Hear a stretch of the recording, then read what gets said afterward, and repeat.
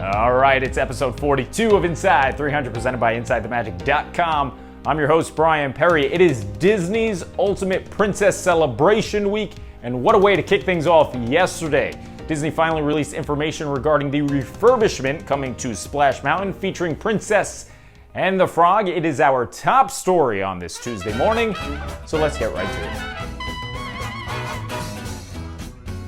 All right, let's kick things off with news about the most underrated Disney movie in the 21st century. Yeah, I said it. It's been over a year since Disney has commented on the highly anticipated transformation of Splash Mountain into a Princess and the Frog ride. Yesterday, we celebrated Tiana to kick off Disney's Ultimate Princess Week, and the company posted a 29-minute roundtable discussing the impact Tiana has had over the past decade and the creative process behind the upcoming attraction, including the next-level technology Imagineers are employing to bring it to life. Now, if you're a huge Princess and the Frog fan like I am, go check it out. It's a great discussion. It took place at the famed Dookie Chase's restaurant in New Orleans, where a lot of Tiana's story originated. Sharita Carter, who is Walt Disney Imagineering senior creative producer on the upcoming transformation, broke down what you can expect out of the ride. So let's check out what she had to say. So what's going to happen, and I can just tell you a little bit. Okay. Give us a scoop. Okay. I'm leaning in for this one. All right. So Tiana actually invites us as the guests to go on an adventure with her in the bayou. And the fun thing about it is we as the guests, we are active participants in this adventure. So she acknowledges us, and just being the witty person that she is, she takes us through this amazing journey where we get to discover not only characters that we know and love from the film, but this is an opportunity to be introduced to some new characters. And I know that our guests are going to really embrace them. And then, of course, the adventure ends with the ultimate Mardi Gras party. Because if Tiana is throwing a party, it is the ultimate Mardi Gras party.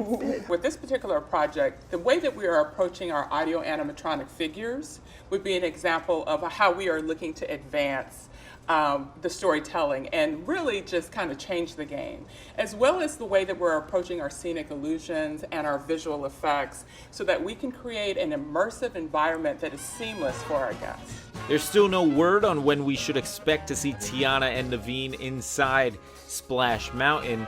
You'd have to expect the ride won't shut down for the transformation until Tron opens, because I can't imagine Disney's going to shut down an e-ticket attraction without a new alternative in place, so we will just have to wait and see. My guess is we're still at least 3 years off. So we had some controversy a few nights ago as the Great Mickey Views channel posted footage of a DJ playing music and speaking over the loudspeakers at Magic Kingdom as guests were exiting the park. Now, many fans felt like this was more on par with the Six Flags rather than a Disney park, because the element of a non-costume DJ and top 40 music doesn't necessarily, align with Main Street USA and the whole Marceline turn of the century thing.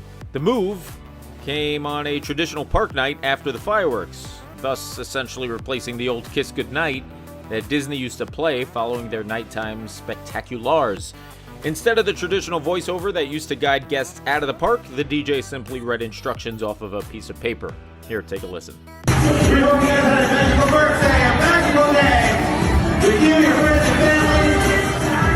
We look forward to seeing you all again real soon. Stay safe, stay home, everybody. Now you guys are wearing a magic t-shirt. Put those hands in the air. Put them up, put them up, put them up, put them up. The reaction from fans was extremely negative. It is worth noting you shouldn't be directing your negativity towards the DJ, because he was simply doing his job. But if you do have a negative feeling about this, direct it towards Disney for going this route. Speaking personally, I spent a few nights at Magic Kingdom when a DJ played contemporary music on Main Street, and I liked it, but that was on New Year's Eve. It was kind of nice to have a change of pace for those special evenings in the park, but doing it every night seems a bit off. The greatest animatronic at Walt Disney World is a debate for another day, but it very well may sit at the end of the Na'vi River journey over at Animal Kingdom. Well, even LeBron has his bad days, as footage from Erin_Disney Planner on TikTok shows a malfunction from the animatronic. Kinda looks like she just needs to crack her neck. Here, I'll add a sound effect. That's better.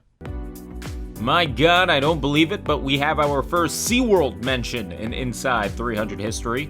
The company's Orlando theme park released 4 spanking new images of their upcoming coaster titled Icebreaker. The new launch coaster will travel both forwards and backwards and becomes the park's 6th, count 'em 6th, roller coaster. Why is that notable? Well, it gives SeaWorld the title of most active coasters in any of the Orlando Big 3 resorts. Magic Kingdom currently houses 4, Islands of Adventure has 5. What is your favorite roller coaster down in Orlando? Is it one of the 4 at Magic Kingdom, one of the 5 at Islands of Adventure, or one of the 5, soon to be 6, over at SeaWorld? There are no wrong answers unless you pick anything but Space Mountain. That will do it for this episode of Inside 300, presented by InsideTheMagic.com. If you like what you saw, be sure to subscribe. Click that bell icon. This way you're notified every Tuesday, Thursday, and Saturday morning when we come to you with brand new episodes. I'm your host, Brian Perry. I will see you later this week. And as always, Bye-bye.